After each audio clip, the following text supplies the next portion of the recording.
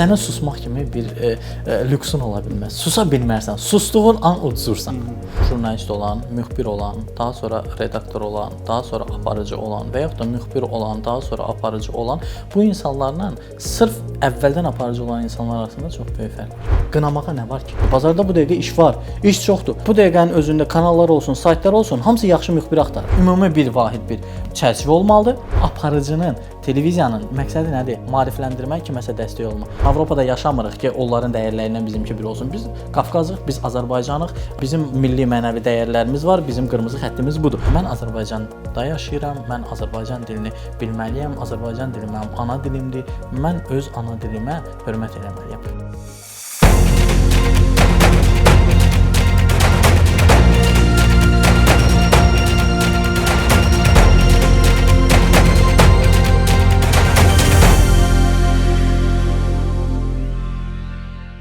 Salam dostlar, Füyuzat televiziyasında mən Tural İsmayılovun təqdimatında arxa plan verilişinin növbəti buraxılışını izləyirsiniz. Radio və televiziya haqqında müzakirələrimiz davam edir və bu gün də həmin silsilədən olan daha bir söhbətimizi sizə təqdim edəcəyik və bu gün arxa planda mənim qonağım ilk dəfədir Füyuzat televiziyasında qonaq olur. Tanınmış jurnalist, televiziya və radio aparıcısı Xanlar Mehdiyevdir. Xanlar bəy, xoş gəlmisiniz. Xoş gəldiniz Tural müəllim. Çox xoşuma gəldi studiyanız. Həqiqətən də mən də sizə uğurlar arzulayıram. Təşəkkür edirəm. Xanlar bəy, əvvəlcə təbii ki, siz uzun illər televiziyada da çalışmısınız və bu gün də televiziya fəaliyyətiniz davam edir. CBC televiziyasında həm də radioda fəaliyyət göstərirsiniz. Biz də sizin efirlərinizdə siyasi şərhçi kimi tez-tez qonaq oluruq. Radio və televiziya arasında hər iki sahəyə yaxın olan bir şəxs kimi hansı sizin üçün daha doğmadır? Daha doğma televiziyadır. Daha doğma televiziyadır, çünki televiziyadan başlamışam, müxbir olaraq başlamışam, müxbir olaraq fəaliyyətimi də davam etdirmişəm, 44 gün Vətən müharibəsini işıqlandırmışam, pandemiya dövrü dayanmadan çalışmışam. Demək olar ki, gecə-gündüz yuxusuz olaraq çalışmışam, amma bir o qədər də zövq almışam. Yəni təsəvvür eləyin ki, evdə ailənin üzünü görmürsən, uşaqların üzünü görmürsən, dostların üzünü görmürsən, valideynlərin üzünü görmürsən, amma o qədər sənə doğma olur ki, bu məkan sənin ətrafında olan insanlar, dostlar, doğmalar artıq sənin o iş yoldaşların olur. Operatorla, sürücü ilə, redaktorla o qədər doğmalaşırsan ki, sanki sənin anan, atan, qardaşın onlardır. Yəni hətta valideynlərin bəzən deyir ki, "Abla, sən yatmırsan." Deyirəm, yox da, yəni yatmaq vaxtı deyil. Bu da təbii ki, o gəncliyin, o istəyin, müəyyən bir arzuların arxasınca qaçmaq idi. Mən həmişə ictimai televiziyaya təşəkkürümü bildirmək istəyirəm ki, rəhbərliyə ki, müxbir Xanları ictimai televiziya elədi Xanlar Mehdiyev imzası. Yəni həqiqətən bu danılmaz bir faktdır və ondan sonra da artıq bütün qapılar üzümə açıldı, müəyyən bir yerə gəldim, çatdım. Amma televiziyadan radioya keçid dövründən də danışmaq istəyirəm. Buyurun. Təsəvvür edin ki, ancaq vizual baxımından daim ön planda olan bir insan artıq keçir səsi ilə başlayır tanınmağa və hansısa formada görürsünüz ki, hansısa hadisəni danışmadan, şərh vermədən görüntülərlə göstərən bir müxbir məcburdur orada bir saat ərzində, saat yarım ərzində danışa. Və sənə susmaq kimi bir lüksun ola bilməz. Susa bilmərsən. Sustuğun an udursan. Yəni ona görə də sifdə çətin oldu. CBC-yə mənə dəvət gələndə ümumi razılaşdıq və dedik ki, səhər verilişi olsun və daha sonra bir siyasi bir veriliş olsun. Səhər verilişə gəlib çatanda dedim ki, nə vaxtdan başlayaq? Saata baxdılar, axşam saat 7 idi. Sabah saat 8-də efirdə oldu. Belə baxdım, dedim 1 saatlıq verilişdir, sabah saat 8-də efirdə necə olum? Dedilər ki, uğur olsun. Xanlar bəy, burada maraqlı bir tendensiya var. Elə efirdən əvvəl də biraz söhbət elədik. Siz məsələn bir var radioda səhər verilişləri var ki, təbii ki, onlar biraz musiqili, əyləncəli formatdır və orada radio aparıcısı o səhər-səhər istər-istəməz o biraz o yuxu və sair digər məqamlar musiqini efirə verərək bir pauza, fasilə götürə bilər. Amma sizdə canlı müzakirə verilişidir. Səhər saat 8-də radioda canlı müzakirə verilişi aparmaq bu öz də mən hesab edirəm ki, bir qədər fiziki olaraq da çətin bir prosesdir. Əlbəttə çətindir. Təsəvvür edin ki, qonaqları da özüm tapıram və o qonaqlara aid olaraq o sualları da özüm tərtib etməliyəm, mövzuları da. Yəni bu proses necə olur? Çətindir, çətindir, amma bir o qədər də maraqlıdır. Çünki qonaqla verilişdən öncə danışırsan, artıq bir gün öncədən müzakirələr aparsan, hansı maraqlı məqamlardır, onu artıq özün o qonaqda hiss eləməlisən. Qonağın verdiyi cavabları o qədər diqqətlə dinləməlisən ki, onun cavablarından suallar çıxardasan. Bu çox çətindir, amma təbii ki, o əvvəldən də qeyd elədim axı, o müxbirlik fəaliyyəti var idi məndə televiziyada. Yəni o uğurlu alındısa, bu tərəfdə də uğurlu alınacaq. Yəni ona görə də bu qonaqlarla həmişə danışanda deyirlər ki, bu əvvəlcədən danışdığımız sualların heç biri verilmədi axı. Dedim ki, suallar əslində verildi, sadəcə orada yazılan kimi verilmədi. Tamam fərqli bir. Əsas odur ki, biz bütün bu mövzulara toxunduq. Yəni ona görə də hər dəfə qonaqlara çıxanda çalışıram ki, maksimum dərəcədə çox sual verim və sualı da nətər verim, konkret verim ki, konkret cavab alım. Bəzən görürsüz ki, deyir ki, verilişdən əvvəl xanım, bəs sizin verilişlərə baxmışıq. Xahiş edirəm, bizi çox sıxmayın da. Deyirəm, oğlum, mənim işim sıxmaq deyil sizi. Mənim işim bu cəmiyyəti maraqlandıran sualları öyrənməkdir. Yəni ütülü suallar vermək deyil. Yəni ona görə də adətən bəzən görürsüz ki, həm ehtiyat edirlər, həm də deyirlər ki, sən Allah gəlim də deyir, bir dənə verilişə deyir. Amma xahiş edirəm, bu mövzuya deyir toxunmayaq. Yəni mən də deyirəm ki, 100% toxunmayacağıq. Gəlir. Axır momentdə yüngül o mövzuya toxunursan, ondan sonra görürsən ki, biraz aparıcı manevrlərdir də bunlar. Xanlar bəy, təbii ki, televiziya və radio jurnalistikanın ən önəmli qanatlarından biridir. Mən bu ayrımı eləməyi sevmirəm. Mənə görə jurnalist sabah saytda yazı yazmağı da bacarmalıdır televiziyada, amma bəzən biz görürük ki, televiziya aparıcıları var ki, onlar konkret Fox 1 veriliş üçün varlar da və amma özlərini jurnalist kimi təqdim edirlər və s. Televiziya, radio və jurnalistika arasında baxmayaraq ki, televiziya və radio jurnalistikanın sisteminə daxildir. Fərqlər nələrdir? O aparıcılar, nasıl müxbirləri sırf belə danışmaq istəyirsinizsə, biri var sırf jurnalist olan, müxbir olan, daha sonra redaktor olan, daha sonra aparıcı olan və yaxud da müxbir olan, daha sonra aparıcı olan bu insanlarla sırf əvvəldən aparıcı olan insanlar arasında çox böyük fərq var. Təbii. Bəzən görürsüz ki, indi televiziyada da işlədiyimiz bir dövrdə müxbirlikdən aparıcılığa gələn şəxslərdə daha çox bəzən görürsüz xəbər duyma olur, daha fərqli bir yanaşma olur. Özlərini o sahədə işləyən jurnalistin yerinə qoya bilirlər, hiss eləyə bilirlər. Bəzən də görürsüz ki, elə aparıcılar olur ki, misal üçün canlı bağlantıya qoşulacaq müxbir və ən azı bilinir ki, hansı mövzuda danışılır. Çox dar bir mövzu olur və müxbir ən azı kiçik bir təqdimat eləyib daha sonra qonağa keçməlidir, düzdürmü? Aparıcı da götürür müxbirin əvvəlcədən deyəcəyi standart bir sözləri, cümlələri götürür özü istifadə edir və bu zaman müxbiri pis vəziyyətdə qoyur. Müxbir də qalır belə ki, bəs bunu mən deyəcəydim axı. Ondan sonra keçir, başlayır ki, elə sizin də qeyd elədiyiniz kimi budur. Artıq aparıcının dediyini təkrarlayır müxbir və ondan sonra da qonaq da eyni şeyi deyir. Burada da demək olar ki, 3-4 dəqiqə ərzində izləyici 3 fərqli adamdan eyni informasiyanı alır. Bu da bir qarışıqlıq yaradır. Əlbəttə qarışıqlıq yaradır. Ona görə də sırf sizin aparıcı və yaxud da müxbir və yaxud da televiziya, radio aparıcısı olmaq məsələsinə gələndə mən düşünürəm ki, aparıcılıqla müxbirlik və redaktorluq tamam fərqlidir. Təbii. Elə olur ki, bəzən görürsüz ki, eyni aparıcıları biz görmüşük ki, eyni formatda davam edirlər və yeni formata keçəndə qəbul olunmur. Çünki bir insanın ixtisaslaşması var da. Mən tutam ki, səhər verilişi istiqamətində misal üçün ixtisaslaşıramsa, məni gətirib analitik və daha ağır, yüklü bir verilişə qoysanız mən yeyilməyəcəm. İzləyici tərəfdən yeyilməyəcəm. Amma radioda siz həm də onu vurğuladınız, həm səhər veriliş aparıcısınız, həm də Gündəm Qarabağ verilişi. Sizin sualınıza gələndə isə mən demək istəyirəm ki, mənim bayaq da qeyd elədim, bir müxbir keçmişim var.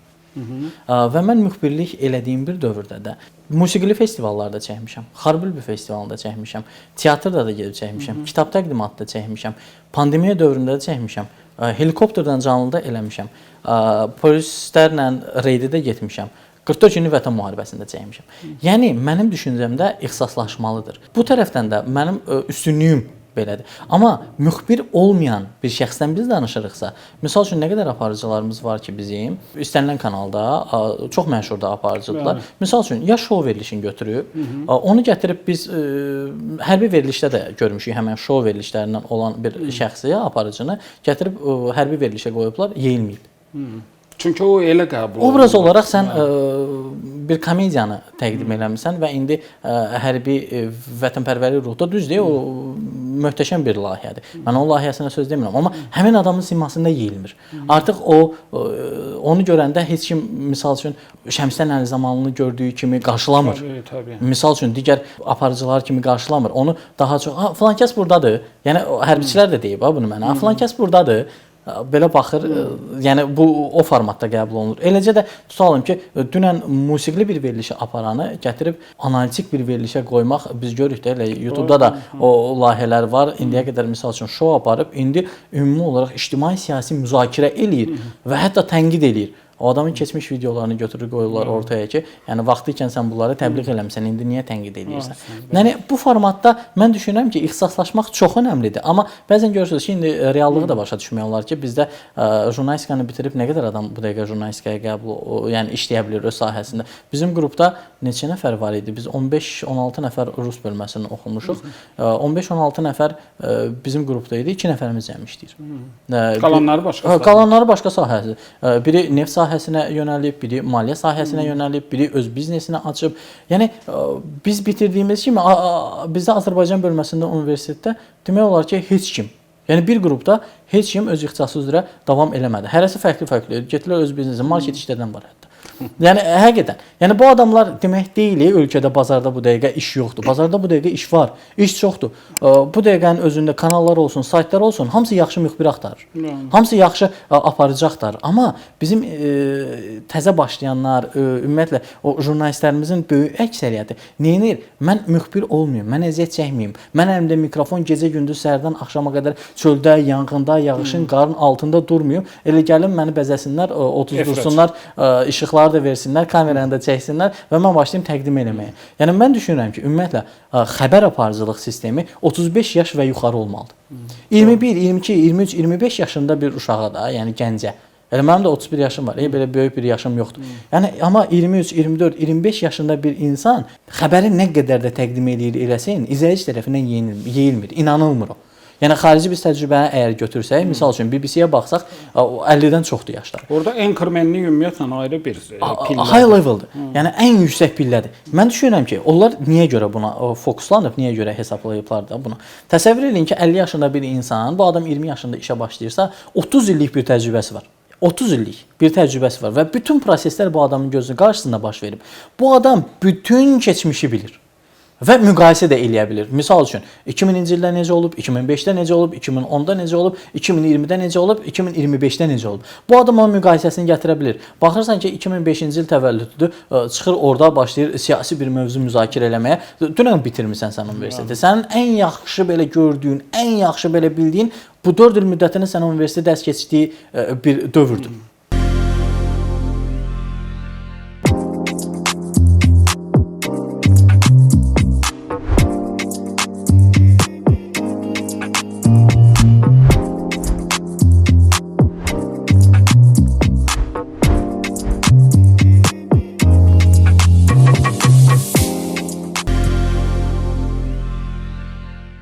Yəni yaş faktoru jurnalistikada önəmlidir. Əlbəttə. Xanlar bəy, bir sual da verim. Bunu mən bura gələn aparıcılara həm özümü verməyi sevirəm, bu sualı, fikirləri maraqlıdır. Həm də fərqli mövqelər eşidirəm və ümumiyyətlə jurnalistikada növbəti addımları atmaq istəyənlər üçün də maraqlı cavablar olduğunu düşünürəm. Qırmızı xəttlər varmı? Məsələn, sırf maliyyəyə görə, maddi gəlirə görə heç vaxt aparmaram dediyiniz verilişi apara bilərsinizmi? Və yaxud da siz indi təbii ki, xəbər sistemində çalışmısınız, indi elə apardığınız səhər verilişi radioda o da şou verilişi deyil, o da ciddi bir verilişdir. İndi biraz daha yumşaq olan Gündəm Qarabağ verilişini aparırsınız, kifayət qədər ciddi ictimai siyasi bir verilişdir radio üçün. Şou verilişi və yaxud da belə deyək də o insan taleləri üzərində teleserial çəkən dırnaqarası məişət verilişləri və yaxud da sosial veriliş kimi təqdim olunan verilişləri bunları nə vaxt apararsınız yaxşı bir gəlir vəd edilsə? Çünki xəbərdən o sahəyə keçən aparıcımız da var. Bəli, uğurlu da alınıb. Bəli. Mən düşünürəm ki, biz nətərdir? Deyirik indi biz o filan kəslər belə aparır, filan kəslər belə eləyir. Gəlin onu başqa bir tərəfdən baxaq. Bu verilişlərə gəlin başqa bir aspektdən baxaq. Təsəvvür eləyin ki, indi mən onun o necə təqdim olunduğunu demirəm ha. Bir insanın taleyi var, 700 min pul yığılmalıdır. 700 mini qapı-qapı dolaşsa, o insan tutalım ki, ürəyin dəyişəcək, böyrəyin dəyişəcək, misal üçün hansısa bir digər bir əlacı olacaq ona. Bu adam 300 min, 500 mini, 700 mini bəzən görürsünüz də Instagram üzərindən o sizə də atılır, bunu xahiş edirəm paylaş. Yəni bunu yığmaq qeyri-mümkündür. Düzdürmü? Amma o verilişin sayəsində Yox. neçə insanın həyatı taleyi dəyişib. Neçə insan tutalım ki, oradan ev sahibi olub, neçə insan tutalım ki, xəstəsi sağalıb, neçə insanın həyatı dəyişib, neçə insana şəfa veriblər, neçə ailəyə köməklik eləyiblər, neçə ailə oradan ev götürüb, tutalım ki, ev bağışlayıblar, neçə insan işlə təmin olunub. Biz gəlin bu tərəfdən baxaq da. Yaxşı, bu verilişlər olmasaydı, mən indi yenə deyirəm, o şounu, təqdimatı indi o yerinə də gəlib çatacağam. Bu verilişlər olmasaydı, o insan tutalım ki, qaraciyər sirrozundan həyatını dəyişəcəkdi də, düzdürmü? O bir ailə başsız qalacaqdı. Onda indi qınayan adamlar gedib o ailənin qapısını döyüb ona bir tikə çörək verəcəkdilər? Asla. Yox. Ürək dəyişməlidir, böyrəyi dəyişməlidir. Əgər o verilişlərin sayəsində bu adam bu gün öz sağlamlığına qovuşubsa və onu qınayan insanlar heç orada o yardıma ehtiyacı olan insana 1 manat belə göndərməyibsə, qınamağa nə var ki? Yəni. Gəlin indi biz oturaq o verilişləri də bağlayaq. O verilişləri də bağladıq, getdi. Bu qədər bəs insanın taleyi. Bir də çıxanlar bəy, mən həmişə bunu deyirəm ki, tutaq ki, o tip verilişlərin ümumiyyətlə olmadığı televiziya kanallarımız var. Yox, Yaponiya həm belə, ölkə yoxdur, həm də yəni, bizdə yəni tutaq ki, mədəniyyət kanalımız var. Kifayət qədər özünə xas gözəl bir konsepti var və yaxud da ictimai televiziyada sizə çalışmısınız və yaxud da CBC-də ciddi analitik və yəni məsələn onu deyən adamlar o alternativləri izləyirlərmi? Baxmır. Gedək bu dəqiqə. Bax, neçə nəfər də olub ki, yəni mənim öz təcrübəmdə də deyirlər ki, ay ki, falan verilişə baxırsan. Falan verilişdə falan kəsi başlayır müzakirə eləməyə. Adama sual verirsən ki, sən niyə baxırsan? Yəni bəyənmirsən, sən niyə baxırsan?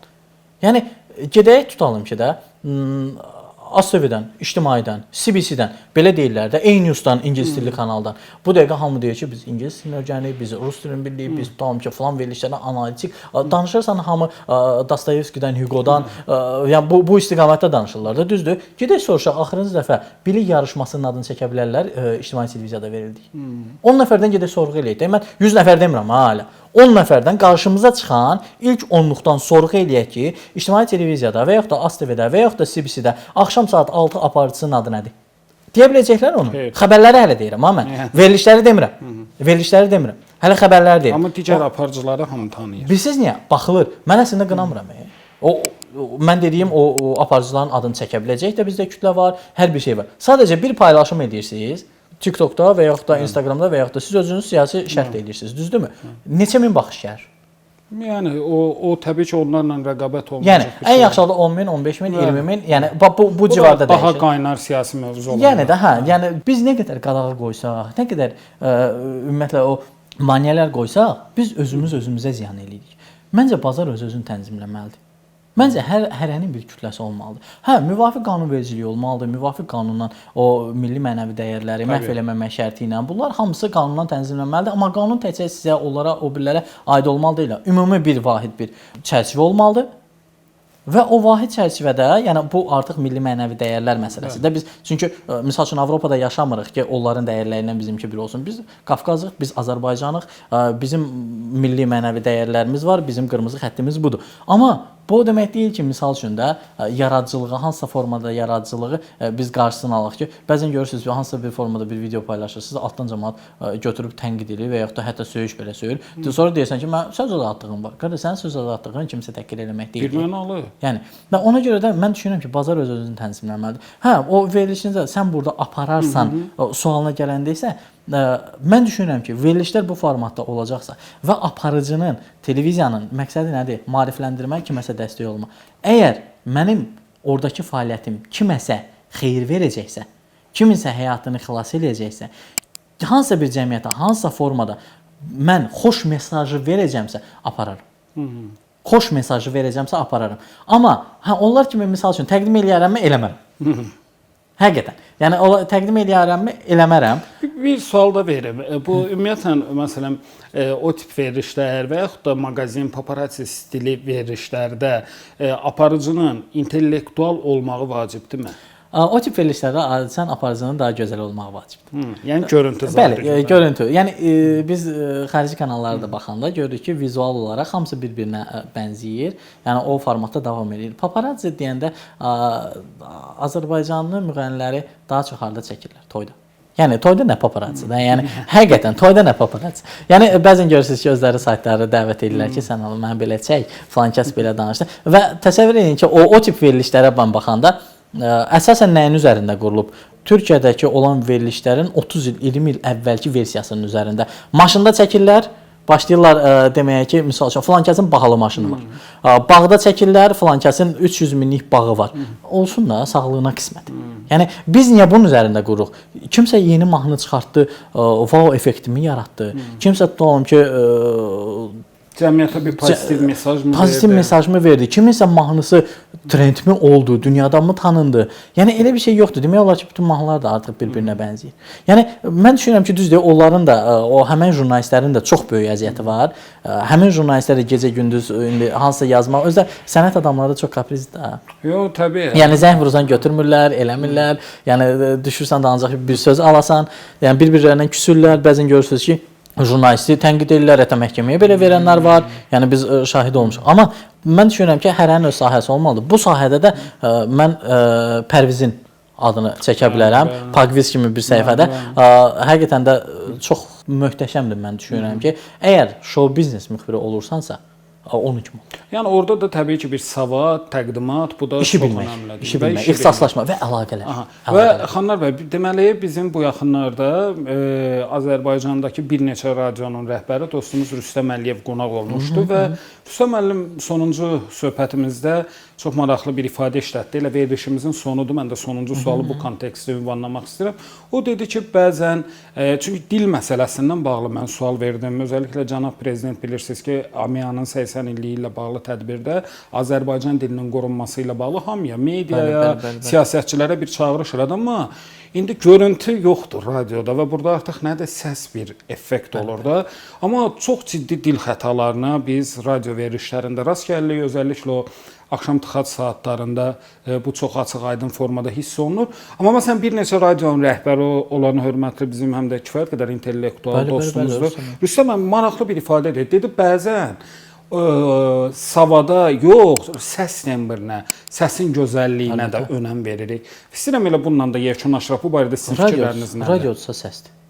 Radiosa səsdir. Yəni nə qədər də sən savadlı olursan ol, sən səsinlə insanları tuta bilmədinsə, yəni demək olar ki, sən sadəcə ekspert olaraq gəlib orada oturacaqsan və hansısa bir daha səsi yaxşı olan aparıcının yanında ekspert olacaqsan. Mən düşünürəm ki, savad da çox önəmlidir, amma bu o demək deyil də sən elə bu formatda belə danışıb daha sonra elə ağlına nə gəldi danışacaqsan. Yox, elə deyil. Səs çox önəmlidir. Çünki televiziyada vizuallıq nə qədər önəmli oldusa, radioda da səsdir. Yəni insan bəzən görürsüz ki, adi heç insanın vizual görünüşü o qədər də yaxşı deyil, amma sən onun telefonla danışanda səsinə görə belə ayılırsan ki, bu nədir də, görürsən kimdir. Yəni bizdə də misal üçün bəzən görürsüz ki, Həbib adlı bir yoldaş var. Qonaqlar gələndə Həbib də bizdə səs rejissorudur. Həm də digər elə Rüstəm müəllimin də komandasında da aparıcılıq eləyir. Gəlir, onun da belə qalın səsi var, belə eləyir. Salam, necə əyləşəcəksiniz? Hamı üçün belə baxır ki, aparıcı odur. Aparıcı odur. Deyir, sizin nə qəşəng səsiniz var. Biz də deyirik ki, CBC ancaq yaxşı səslər yığılır da, yəni qəşəng səslər yığılır. Yəni səs çox önəmlidir. Rüstəm müəllim dediyinə mən 100% razıyam. Amma intellektual səviyyə də çox önəmlidir. Və dil. Dil. Yəni biz Azərbaycan dili, mən yenə deyirəm, rus bölməsi oxumuşam, rus bölməsində oxumuşam, 11 ili rus bölməsində oxumuşam, 4 il bakalavr rus bölməsində oxumuşam. 2 illik magistrım ingilis dilində oxumuşam, xarici bir ölkədə oxumuşam. Amma bu mənim Azərbaycan dilini bilməməyim və yaxud da Azərbaycan dilində mənim pis danışmağım və yaxud da danışmalı olduğum anlamına gəlmir. Yəni mən də o müəyyən terminlərdən istifadə edib özümü daha ağıllı, özümü daha belə necə deyirlər, hamıdan daha üstün tuta bilərəm. Amma niyə? Yəni mən Azərbaycanda yaşayıram, mən Azərbaycan dilini bilməliyəm, Azərbaycan dili mənim ana dilimdir, mən öz ana dilimə hörmət eləməliyəm. Necə ki, xaricilərlə biz danışanda da keçirik onların dilinə, xeyr. Amma biz, misal üçün mən Gürcüstanda da olanda və digər ölkələrdə də olanda başlayırsan ingilis dilində danışmağa, ortaq dildir. Adam öz dilində sənə cavab verir. Evet. Və sonra biləndə ki, sən turistsən, daha sonra artıq keçir ingilis dilinə. Amma biz başqa bir vətəndaşı eşidən kimi o dəqiqə başlayırıq onun dilinə. Yəni ona görə də biz öz dilimizə hörmətlə yanaşmalıyıq. Biz ana dilimizə hörmətlə yanaşmalıyıq. Çünki bizim birləşdirən dəyərdir bu dil. Yəni Azərbaycan dilində bu dəqiqə danışanda hamı bilir ki, sən Azərbaycanlısan və Azərbaycanlı olmaq da fəxrdir. Bəli. Təşəkkür edirəm Xanlar bəy. Çox sağ olun, təşəkkür edirəm. Xatırladım ki, arxa planda mənim qonağım tanınmış televiziya və radio aparıcısı Xanlar Mehdiyev idi. Biz müzakirələrimizə davam edəcəyik. Füyuzat işığında qalın.